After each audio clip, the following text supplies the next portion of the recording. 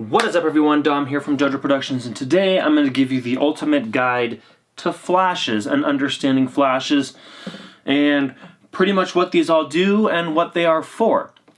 So before me, I have just about every style of flash that you are going to come across. Starting with this guy, this is the onboard flash. This is the first flash you're probably going to come across. It's the one that goes like this on your camera, you know, and then you kind of shoot it and it looks like this, and it gives you that really bad kind of 90s retro style look that gives you really bad red eye, and it gives you the kind of pictures that you would find when you're at a family gathering and your aunt is taking pictures with her nice camera. This is the kind of flash that's probably gonna pop into your face. Now, I definitely do not recommend using this flash professionally. It's not great. It doesn't give you a professional look. And again, it just looks very sourcey and it gives you really bad red eye. So this is definitely not the kind of flash that I would recommend if you're trying to do it professionally, but this is probably the first flash that you're going to come across. Let's say you're kind of fed up with the whole on-camera flash look and you want to step up to something a little bit more professional and definitely something with a little more power. You're going to step up to something like this Speedlight right here. This is a, what is this, Sunpack DF4000U. Now most speed lights like this are going to be around 70 to 80 watts of power. So it's definitely a lot better than the, like, what, 10 watts of power that comes out of this guy. So this is definitely the next best option. Also, these guys are great because, yes, they are going to give you a lot more control. You can shoot like this. You can shoot like this. You can bounce off a wall here. You can go like that. These are also fantastic because, yes, they have this little bounce card. And for the most part, these are definitely going to give you more control than your onboard flash. These flashes are also really fantastic because in newer times, I guess if you want to say, these are a great way to get into off-camera flash. Something like a Godox V1 will allow you to use this flash and a little trigger system, and now you can take this flash and move it wherever you want, and it definitely gives you a better result, more professional looking image. So if you want to step up from this guy, I'd say this is definitely a way to go because you can use it on your camera still if you want, or you can take it off camera and move it to wherever you want and get a little bit more control out of the flash.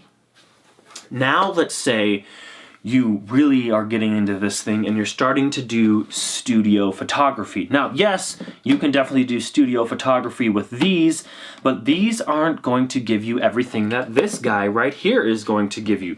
And first of all, this thing is going to give you lots and lots more power than this guy. This is a mono block system. And for reference, this is the Westcott FJ400.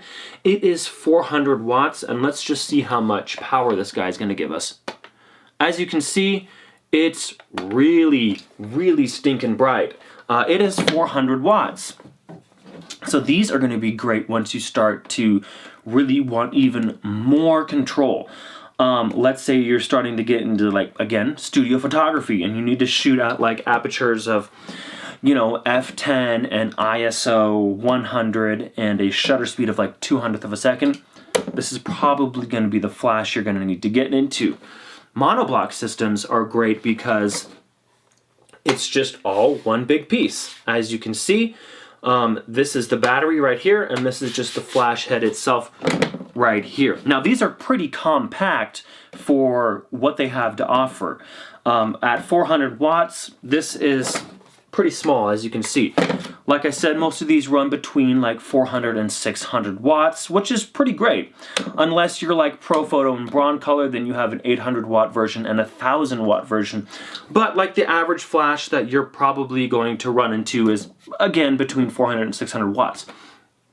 These are fantastic because you can get into stroboscopic modes, meaning you can do high frame rates. So you can shoot at like 6 to 10 frames per second, and this will definitely keep up with it, which is great for if you're like doing drink photography and you're like pouring stuff, or if you have a dancer who jumps up in the air, something like that. These are great for that.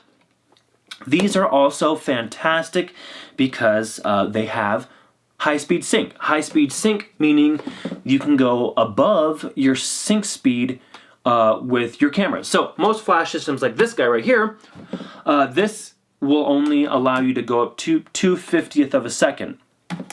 Well, once you start taking your flash outside, you're going to realize that 2/50th of a second just isn't enough to cut down that ambient light.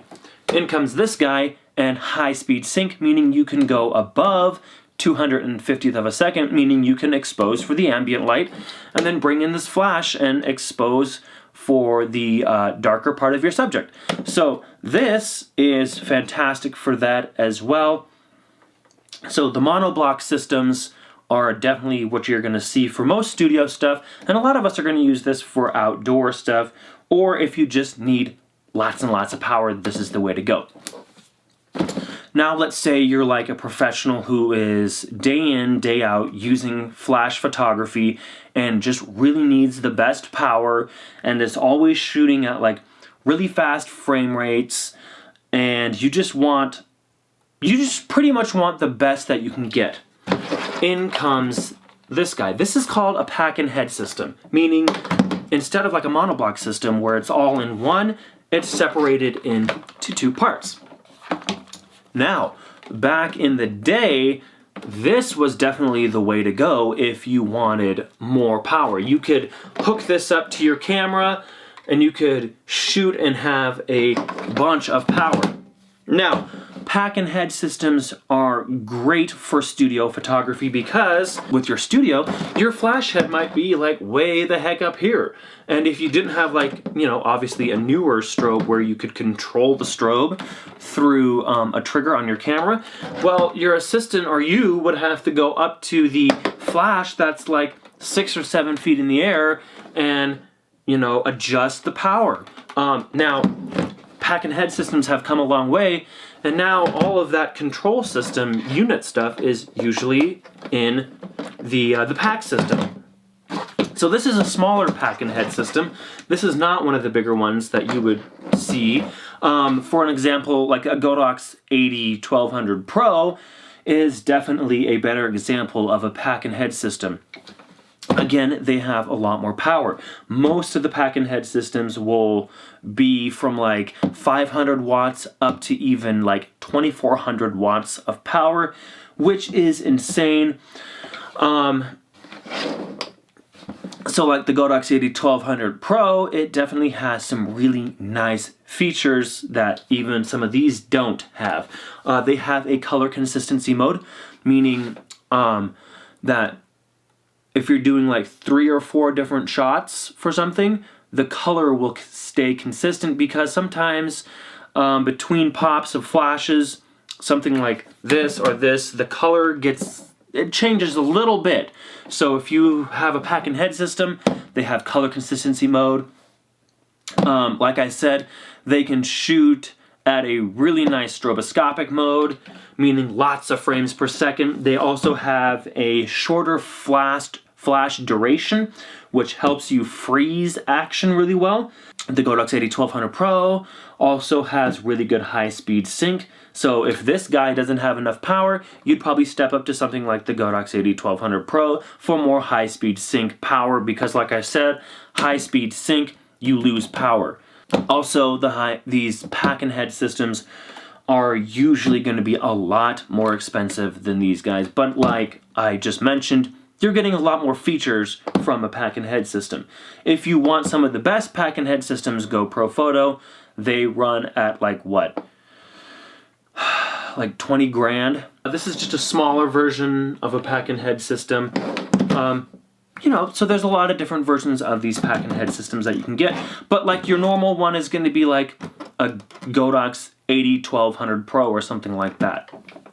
It's just going to be a step up from this, and it's just going to have a few features that you might need or want to use. Or if you just need, of course, more power, go with the pack and head system. So there you guys go. that's kind of a rundown of what all these flashes can do. Yeah, so if you have any more questions about flash systems, let me know. I'll be sure to get to those. And until next time, I'll see you guys in the next video. Bye.